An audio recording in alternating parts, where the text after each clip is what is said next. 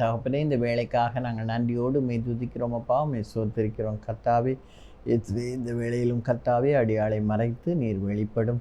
நல்ல சரீர சுகம், பலன், ஆரோக்கியத்தை கொடுத்து ஆண்டவரை எந்த தடையும் வராதபடி நீர் காத்து கொள்ளும் அப்பா. உடைய திருக்கரங்களிலே தாழ்த்தி ஒப்பு கொடுக்கிறேன். நீர் ஆசீர்வதியும் கர்த்தாவே. இந்த வார்த்தை என்னும் மன்னாவை மற்றவர்கள் கொடுக்கும் பொழுது அதை கேட்கிற ஒவ்வொருடைய மக்களும் அதை ஏற்றுக்கொண்டு அதன்படி நடக்கத்தக்கதாக நீர் கிருபை செய்யும். உடைய வார்த்தைகளை கேட்கும் பொழுது பரிசுத்த ஆவியானவரே அவர்களோடு இருந்து கிரியை செய்ய வேண்டும் என்று எங்கள் கர்த்தரும் அருமை இரட்சகருமாகிய இயேசு கிறிஸ்துவின் மூலமாய் வேண்டிக் கொள்கிறோம் பரம தகப்பனே. ஆமேன். இன்றைக்கு நான் எடுத்துக்கொண்ட தலைப்பு மறந்து விடு, மறக்காதே. சிலவற்றை மறந்து விட வேண்டும், சிலவற்றை மறக்கவே கூடாது. எவைகளையெல்லாம் மறக்க வேண்டும் என்று பார்த்தா, நம்ம உள்ளத்தை உடைக்கிற அளவுக்கு அப்படியே பதிகிற மாதிரி எந்த கொடுமைகளும் எந்த வார்த்தைகளும் நம்ம உள்ளத்துக்குள்ளே போயிருந்தா அதை நம்ம என்ன செஞ்சிடணும், கம்ப்ளீட்டாக மறந்துடணும். அப்புறம் கெட்ட பழக்கங்கள் நமக்குள்ளே இருக்குமானால் அவைகளை நாம் என்ன செய்யணும், மறந்து விட வேண்டும். அதை குறித்ததான குற்ற உணர்வும் நமக்குள்ளே இருக்குமானால் அவைகளையும் நாம் மறந்து விட வேண்டும். அப்போ நம்ம நினைவு கூற வேண்டியது எதெல்லாம் சொன்னால், கர்த்தர் நமக்கு செய்த நன்மைகளை நாம் நினைவு கூற வேண்டும். அதை நாம் மறக்கக்கூடாது. கர்த்தர் நாம் அந்த வழிகளிலிருந்து திரும்புவதற்காக அவர் நிறைய பாடங்களை நமக்கு கற்றுக் கொடுத்தார். அவைகளை நாம் மறக்கக்கூடாது. சர்வ வல்லவர் நமக்கு செய்த அதிசயங்களை நாம் மறக்கக்கூடாது. அதே மாதிரி மனிதர் செய்த அநியாயத்தை நாம் மறந்துடணும், அதையே நினச்சிக்கிட்டு இருக்கக்கூடாது. இதுதான் நம்ம மறக்க வேண்டியவைகளும் மறக்காதவைகளும்.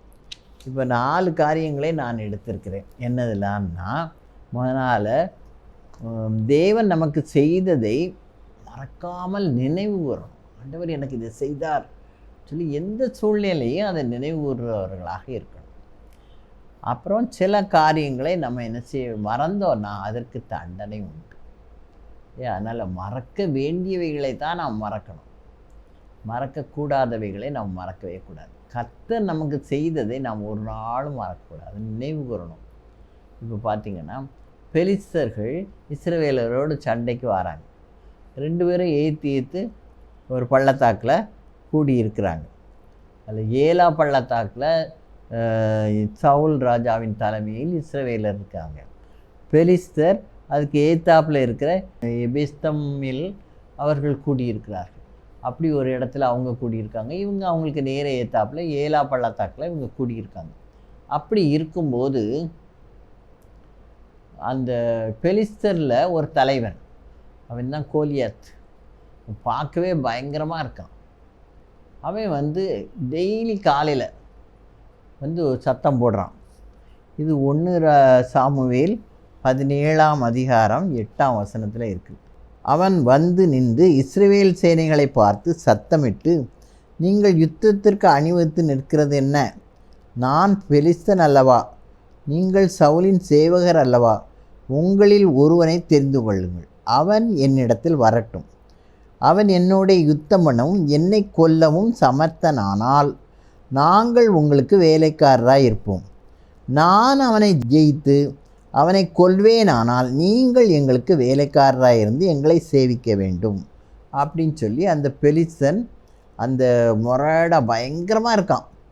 அவன் காலெல்லாம் எப்படி இருக்கான், வெண்கல கவசத்தால் மூடியிருக்கான், தோல்லாம் வெண்கல கேடகத்தை தரித்திருக்கானா. அவனை பார்க்கவே பயமாக இருக்குது.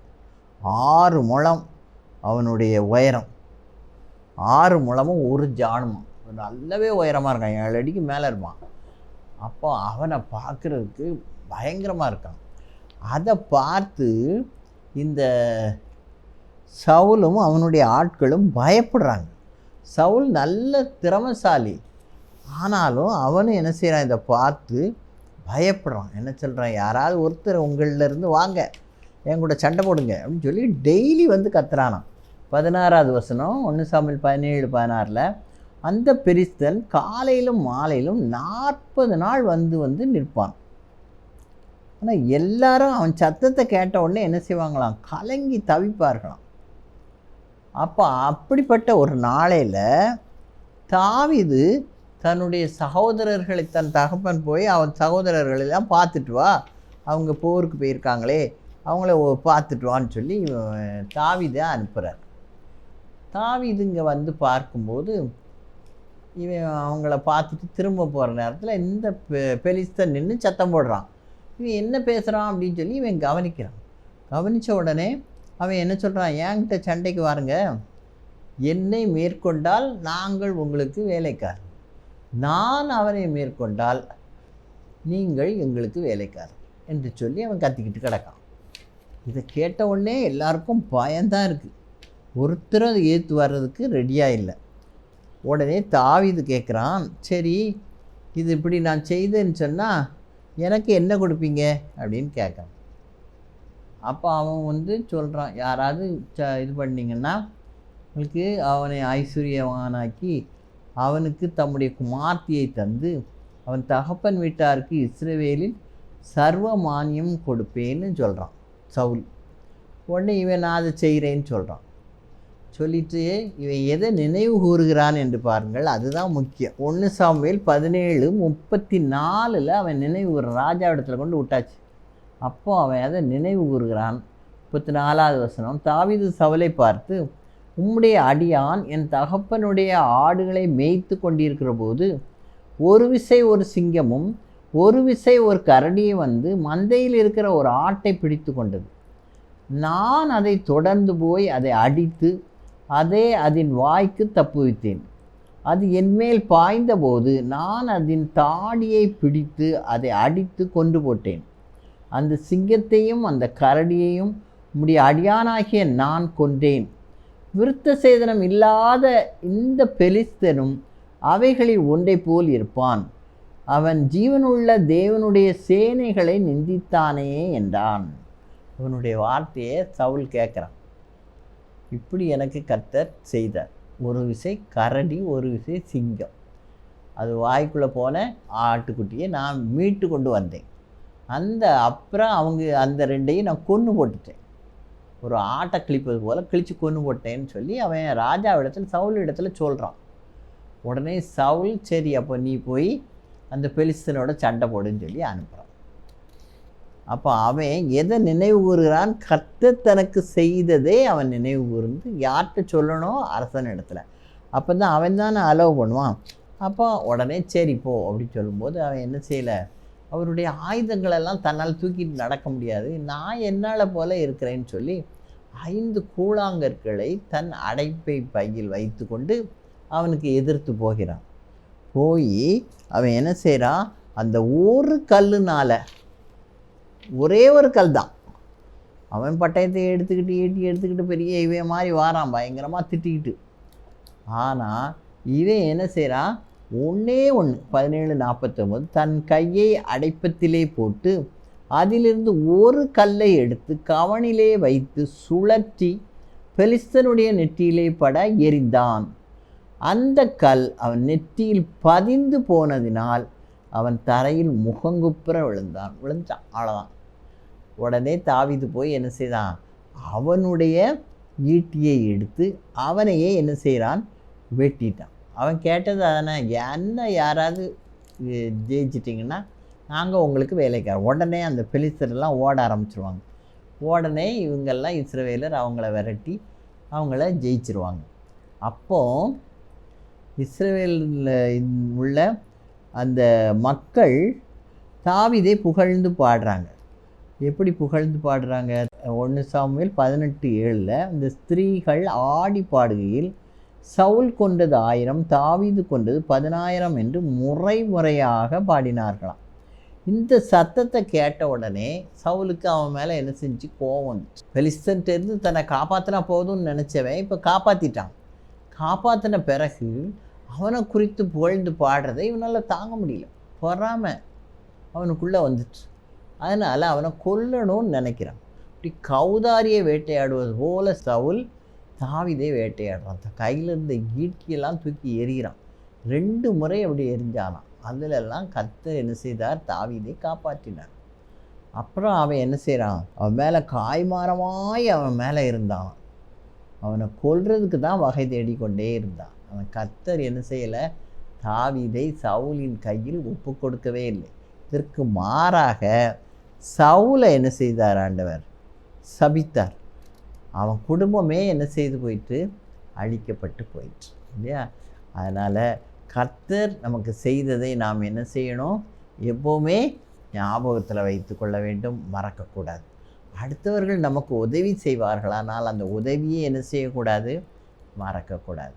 அப்படி நம்ம மறந்தோன்னு சொன்னால் இந்த சவுலை போல தான் நம்ம சபிக்கப்பட்டவர்களாய் போய்விடுவோம். நாம் கர்த்தர் நமக்கு செய்ததை நினைவு கூறும் பொழுது தாவீதை போல நாம் உயர்த்தப்படுகிறவர்களாக மாறுவோம்.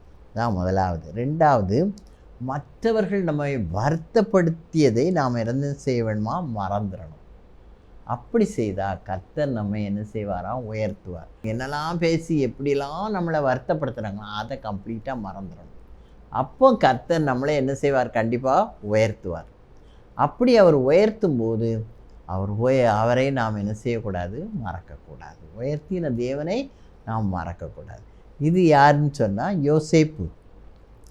யோசேப்பு யாக்கோவுக்கு பிரியமான மனைவியாகிய ராகேல் பெற்ற முதற் மகன். அவன் மேலே அவர் ரொம்ப பிரியமாக இருந்து ஒரு பலவர்ண அங்கிலாம் வாங்கி கொடுக்குறான் யோசேப்புக்கு. யோசேப்பு ஒரு தரிசனம் காண்றான். இனி அவனுடைய வாழ்க்கையில் என்னெல்லாம் நடக்கும் அப்படின்றத ஒரு தரிசனம் மூலமாக கர்த்தர் அவனுக்கு காண்பிக்கிறார். அவன் அந்த தரிசனத்தை தன் சகோதரர்களுக்கு அறிவிக்கிறான். அதை கேட்ட அவர்கள் சகோதரர்கள் எல்லாம் அவன் மேலே பொறாமை கொடுத்தா. அப்போ வேறு பலவர்ண அங்கி வாங்கி கொடுத்து பொறாமைப்பட வச்சுட்டாரு. அதோட கூட கர்த்தரும் இப்படி சொப்பனத்தெல்லாம் காட்டாரே அப்படின்னு சொல்லி அவங்களுக்கு, நீ எங்களோட பெரிய ஆள் ஆயிருவியோ அப்படி இப்படின்னு சொல்லி அவனை ரொம்ப அலட்சியம் பண்ணி அவனை திட்டுறாங்க.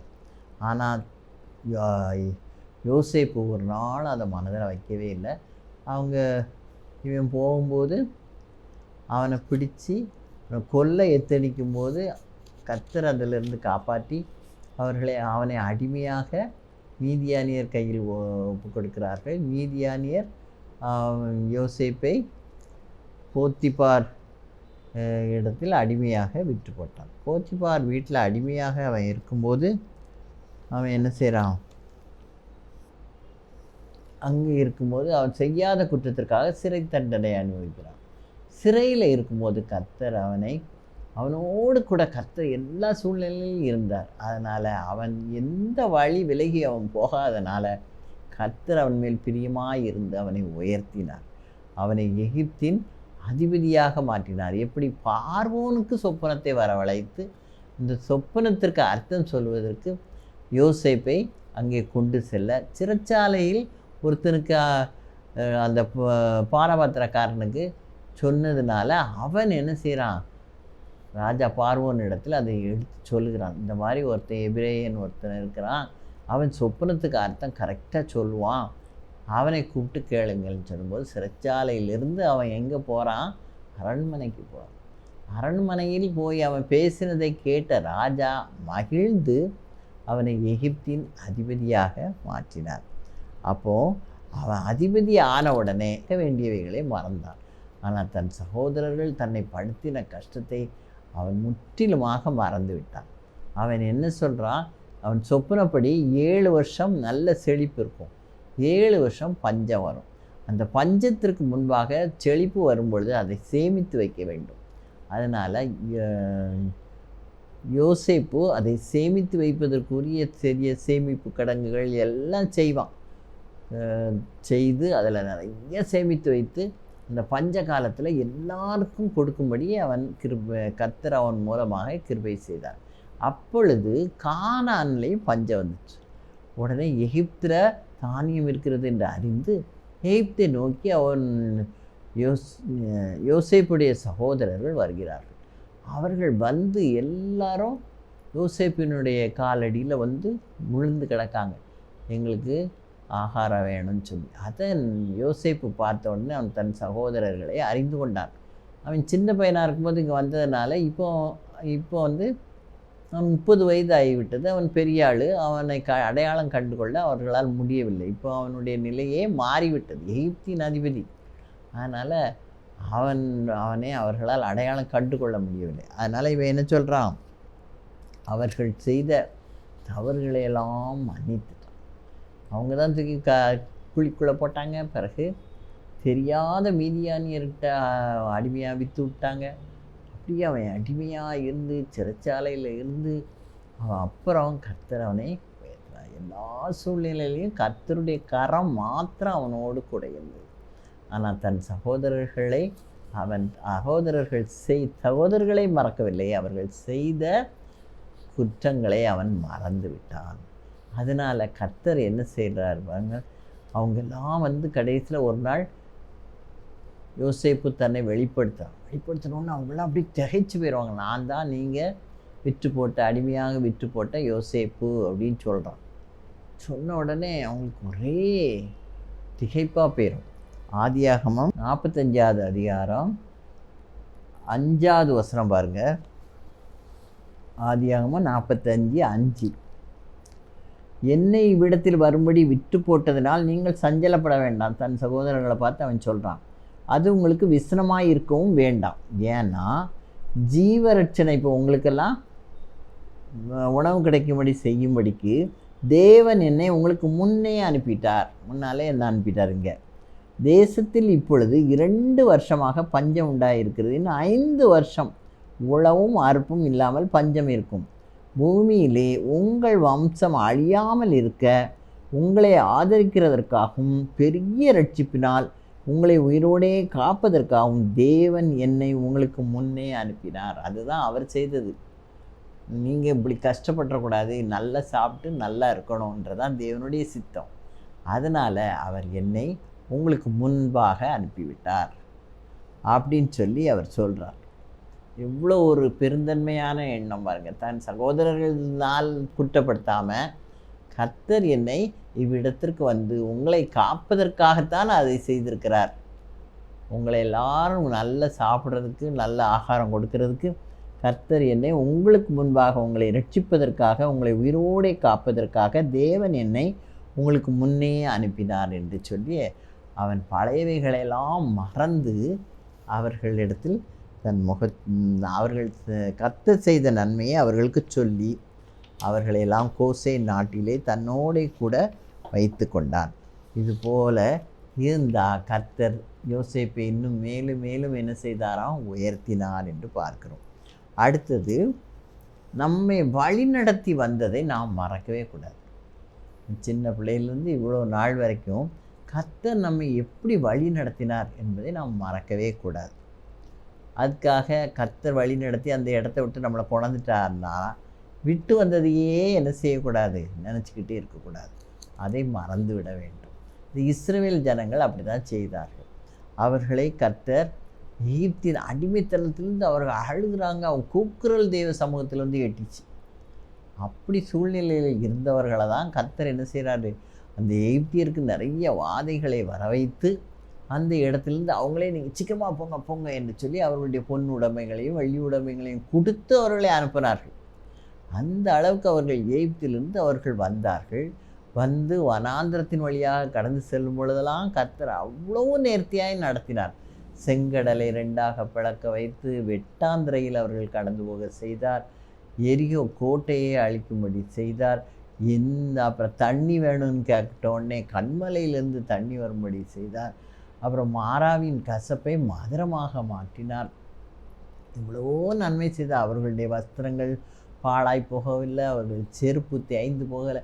அந்த அளவுக்கு கர்த்தர் அவர்களுக்கு உணவு கொடுத்தார். வானத்தின் தேவதூதர்களுக்கு கொடுக்குற உணவையே அவர்களுக்கு கொடுத்தார். எல்லோ கொடுத்து அவர்களை வனாந்திரத்தில் வழிநடத்தி வந்த போதிலும் அவர்கள் என்ன செய்யலை, கர்த்தரை மறந்து விட்டார்கள்.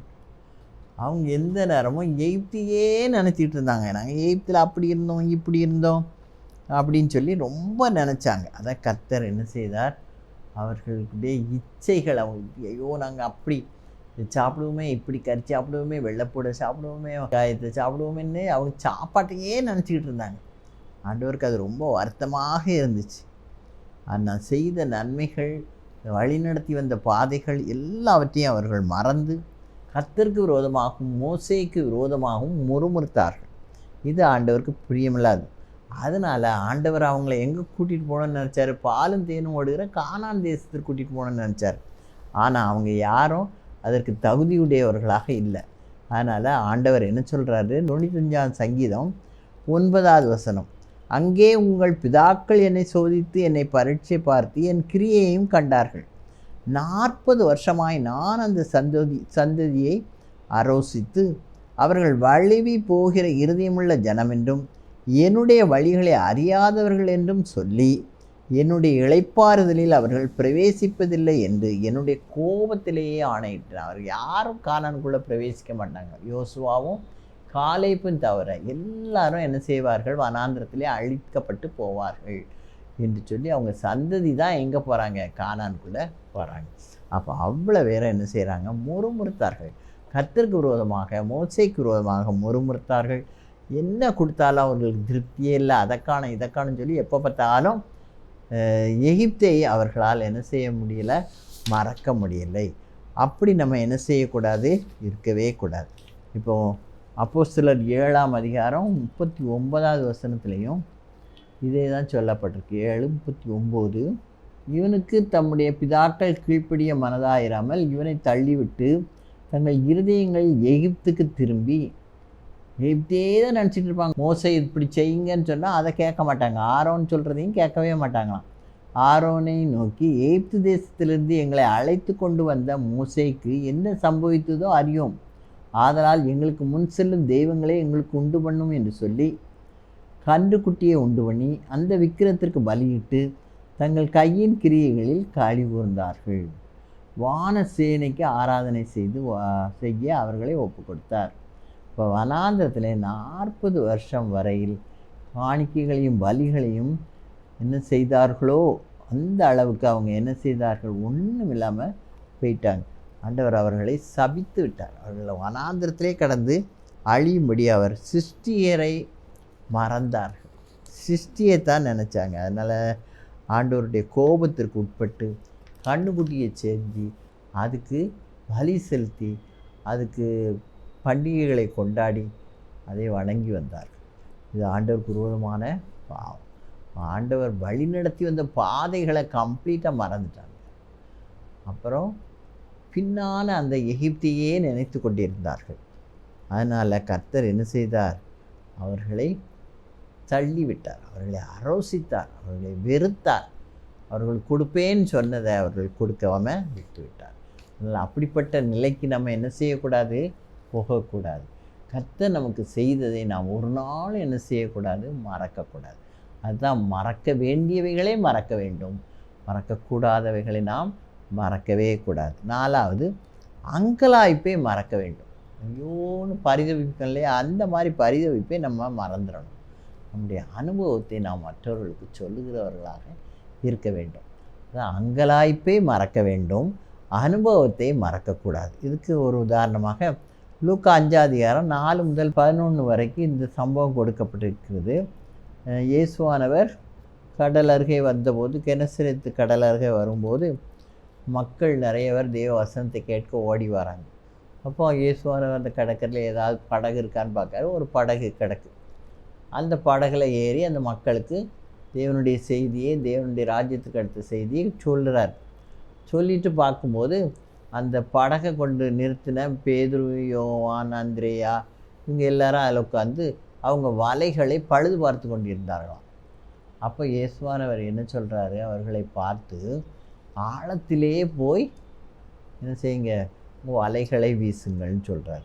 5ஆம் அதிகாரம் 4ஆம் வசனம், அவர் போதகம் பண்ணி முடித்த பின்பு சீமோனை நோக்கி, ஆழத்திலே தள்ளி கொண்டு போய் மீன் பிடிக்கும்படிக்கு உங்கள் வலைகளை போடுங்கள் என்றார். அவங்க ராத்திரியெல்லாம் கஷ்டப்படுறாங்க. பகலில் பொதுவாக வலை போட மாட்டாங்க. அது ரொம்ப ஆழத்தில் போய் வலையை போடுங்கன்னு சொல்லி ஆண்டவர் சொல்கிறார். அப்போது சீமோன் என்ன சொல்கிறான் பாருங்க, ஐயரே முழுவதும் நாங்கள் பிரயாசப்பட்டோம், ஒன்று ஆகப்படவில்லை, அங்கலாய்க்கான். ஆனாலும் உம்முடைய வார்த்தையின்படியே வலையை போடுகிறேன். ஆனால் உடனே கீழ்ப்படிஞ்சிட்டான். அங்கலாய்த்தான், ஆனால் கொஞ்ச நேரத்தில் என்ன செஞ்சிட்டான், ஆண்டவருடைய வார்த்தைக்கு கீழ்ப்படிஞ்சிட்டான். கீழ்ப்படிஞ்சதுனால அவனுக்கு எப்படி கிடச்சிச்சான், அந்த வலை கிழிந்து போகிற அளவுக்கு மீன் கிடச்சிச்சு. பக்கத்தில் இருக்கிற படகுகளெல்லாம் வரவழைத்து 2 படகுகள் அமிழத்தக்கதாக மீன்கள் கிடச்சிச்சான். அந்த அளவுக்கு கர்த்தர் என்ன செய்தார், அவர்களை பெருக பண்ணினார். அப்போது இந்த மாதிரி நமக்கு சில சமயங்களில் அங்கலாய்ப்பு, ஐயோ ஒன்று கூட இல்லை, சாப்பிட ஒன்றுமே இல்லை அப்படின்னு நம்முடைய நிலையை நினைத்து நம்ம ரொம்ப அங்கலாய்க்கும். அப்போ கர்த்தரை நோக்கி பார்ப்போமானால் அவருடைய வார்த்தைக்கு நாம் கீழ்ப்படிவோம். இப்படி ஆண்டவர் என்ன சொல்ல, ஆழத்திலே கொண்டு போய் உங்கள் வலையை போடுங்க. அப்போது ஐயரே இரவு முழுவதும் நாங்கள் பிரயாசப்பட்டோம், ஒன்றுமாகப்படவில்லை, ஆகிலும் உமது வார்த்தையின்படியே போடுகிறேன் என்று சொல்லி போட்டான். இப்போ எவ்வளோ மீன் கிடச்சிச்சா, இந்த வலை கிழிஞ்சு போகிற அளவுக்கு 2 படகும் நிரம்பத்தக்கதாக, அடுத்த படகையும் கூப்பிட்றாங்க, 2 படகும் நிரம்பத்தக்கதாக இருக்குது. இதே மாதிரி பேதுருவை சாத்தான் என்ன சொல்கிறான்னா, அவனை நான் புடைக்க போகிறேன், சொலவில் போட்டு புடைக்கிற மாதிரி புடைக்க போகிறேன் அப்படின்னு சொல்லி இயேசுவின் இடத்துல கேட்குறான். இயேசுவான இடத்துல விசுவாசம் தோய்ந்து போகாமல் இருக்க நான் அவனை ஒப்பு கொடுத்தேன்னு சொல்கிறார். அப்போது அவன் என்ன சொல்கிறான், பேதுரு தன்னை குறித்து ஒரு உயர்வான எண்ணம். அதனால் மத்தேயு 26 31 இயேசு அவர்களை நோக்கி, மேய்ப்பனை வெட்டுவேன், மந்தையில் ஆடுகள் சிதறடிக்கப்படும் என்று எழுதியிருக்கிறபடி இந்த ராத்திரிகளில் நீங்கள் எல்லாரும் என் நிமித்தம் இடரல் அடைவீர்கள். என் நிமித்தம் நீங்கள் எல்லாரும் இடரல் அடைவீங்க, என்னமோ இது நடக்க போகுது அப்படின்னு சொல்லி இயேசுவானவர் தம்முடைய சீஷர்களுக்கு சொல்லுகிறார். உடனே பேதுரு இருக்கான் இல்லையா, அவன் என்ன சொல்கிறான், யார் இடரல் அடைந்தால் என்ன, நான் உண்மை விட்டு என்ன செய்ய மாட்டேன், போகவே மாட்டேன். அதாவது ரொம்ப ஸ்ட்ராங்காக சொல்கிறான். உமது நிமித்தம் எல்லாரும் இடரல் அடைந்தாலும் நான் ஒரு காலும் இடரல் அடையேன், உம்மோடு தான் இருப்பேன் அப்படின்னு சொல்லி ரொம்ப தைரியமாக இயேசுவின் இடத்துல சொல்கிறான். உடனே இயேசுவானவர் என்ன சொல்கிறார் பாருங்க, இந்த ராத்திரியிலே சேவல் கூவுகிறதுக்கு முன்னே நீ என்னை 3 தடவை மறுதளிப்பாய். இந்த ராத்திரிலே நடக்க போகுது, 3 தடவை நீ என்னை மறுதளிப்பா, அப்போ சேவல் என்ன செய்யும், கூவும் அப்படின்னு சொல்லிடுவார். உடனே அவன் சரி பார்ப்போம் அப்படின்னு சொல்லி தைரியமாக இருப்பான். அதுக்குள்ளே அவனை இயேசுவே என்ன செய்தார்கள், யூதாஸ் காரியத்துக்கு காட்டி கொடுத்தா தலைவர்கள்லாம் அவரை பிடித்து கொண்டு போய்விட்டார்கள். அவரை பிடிச்சிட்டு போய் சீஷர்கள் எல்லாரும் அதை பார்த்து ஓடியே போயிட்டாங்க. பிரதான ஆசாரியனுடைய அரண்மனைக்கு போய் அவரை சித்திரவதை செய்யணும்னு கொண்டு போகிறாங்க. அப்படி போயிருக்கும்போது பேதுரு எங்கே என்ன நடக்கு, ஏன்னா நான் விட மாட்டேன்னு சொன்னானே, அதனால் இப்போ இயேசுவின் பின்னாலே போகிறான்.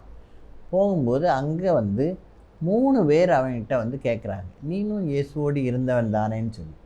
அப்போது முதல்ல ஒரு வேலைக்காரி கேட்குறான், உன்னை இயேசுவோடு கூட இருந்தாய் என்றான். அதற்கு அவன் என்ன சொல்கிறான், நீ சொல்லுகிறது எனக்கு தெரியாதுன்னு சொல்லிடுறான்.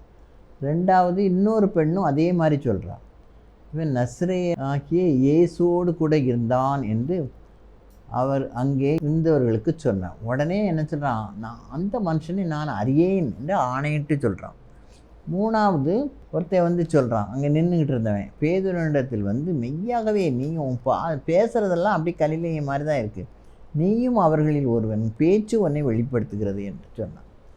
உடனே இவன் என்ன சொல்கிறான், இல்லைன்னு சொல்லி சபிக்கவும் சத்தியம் பண்ணவும் தொடங்கினான். உடனே சேவல் கூவிச்சு.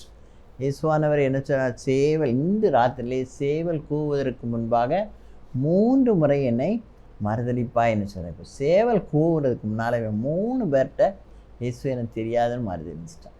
அதனால் சேவல் கூவின உடனே அவனுக்கு பழசு என்ன செஞ்சிட்டு ஞாபகத்துக்கு வந்தது. உடனே அவன் என்ன செய்கிறான், மனங்கசந்து அழுதான்னு போட்டிருக்கு. 75 பேதுரு சேவல் கூவுகிறதுக்கு முன்னே நீ என்னை 3 தரம் மறுதளித்தாய் என்று இயேசு தன்னிடத்தில் சொன்ன வசனத்தை நினைத்து கொண்டு வெளியே போய் மனங்கசந்து அழுகிறான்.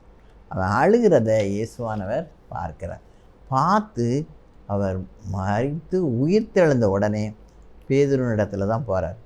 போய் அவன் அங்கலாய்ப்பே என்ன செய்தான், மறந்துட்டான். அவன் மனந்திருந்திய அனுபவத்தை, இயேசுவின் அற்புதங்களை மறக்காமல் அவருக்கு நன்றி செலுத்த வேண்டும். அப்படி அவன் என்ன சொல்கிறான் பாருங்கள். இயேசுவானவர் அவன்கிட்ட கேட்குறாரு.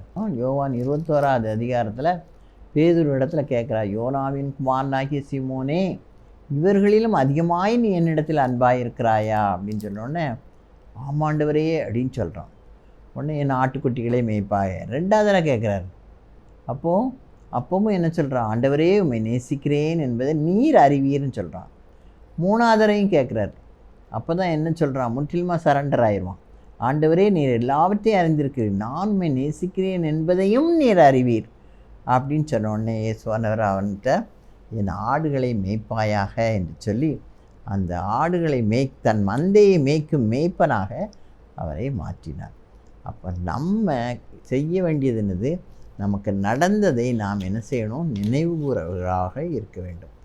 எப்படி தாவீது தன் சின்ன பையனாக இருக்கும் தன்னுடைய காலத்தில் அவன் நடந்ததை நினைவு கூர்ந்தானோ, அதுபோல் நாமும் நினைவு கூறுகிறவர்களாக இருக்க வேண்டும். அங்கலாய்ப்பையே நினச்சிக்கிட்டு இருக்கக்கூடாது. எதை நினைக்க வேண்டும்? அனுபவத்தை நினைக்கிறவர்களாக இருக்க வேண்டும்.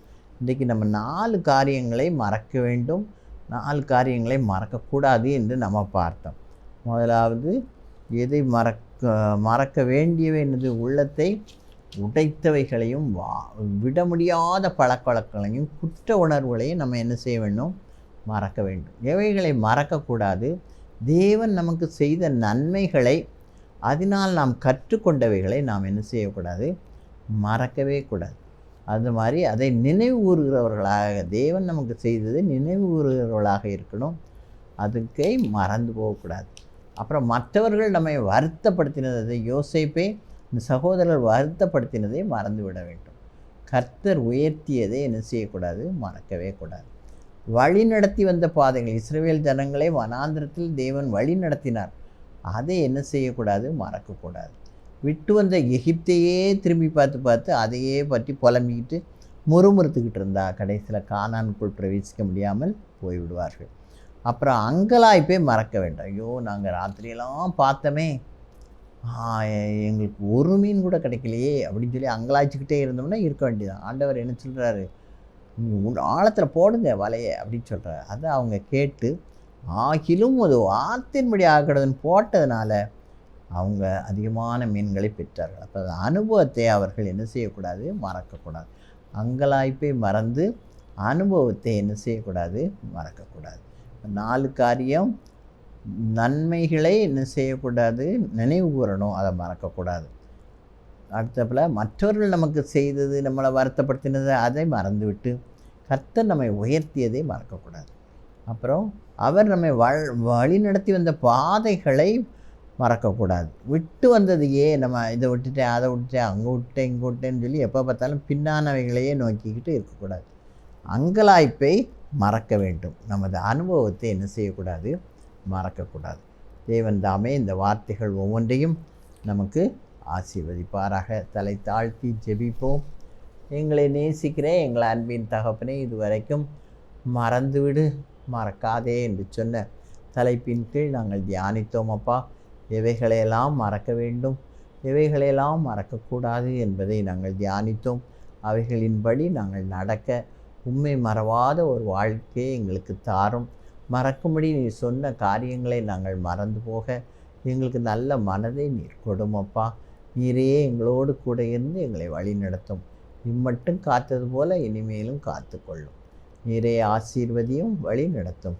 இயேசுவின் இன்ப நாமத்தில் கெஞ்சி மன்றாடுகிறேன் பரமத்தகப்பனே, ஆமீன்.